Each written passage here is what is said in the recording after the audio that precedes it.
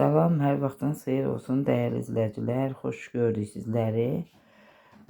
Qutab bişirmişdim. İstədim mən də onu paylaşam.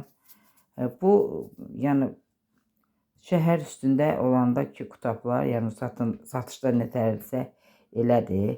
Ancaq göyərti ilə eləyirlər, nazik-nazik, üzərini də yağlayırlar. Amma biz tərəfdə yəni ki bunu içərisinə baş soğan da doğrayırıq, pendir ya da ki şor batırıq. Bir də kartof. Kartofu da xırda-xırda doğrayırıq. Pişməsə birdən qıraqda da pişirmək olar. Yəni ki xırda-xırda kartofun da öz dadı, içərisində göyərti soğan olsa da baş soğanın da öz dadı.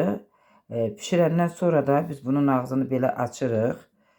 İçərisinə yağ qoyuruq. Kərə yağını içəri buraxırıq. Özü istisində əriyir. Belə yeməli yəni olur. Biz üzərini yağlamırıq. Ancaq içərisində olur yağı. Biz tərəf Tovuz zonası biz belə kətəni belə bişiririk. Qutab deyirlər düzdür, amma kətə, Tovuz kətəsi.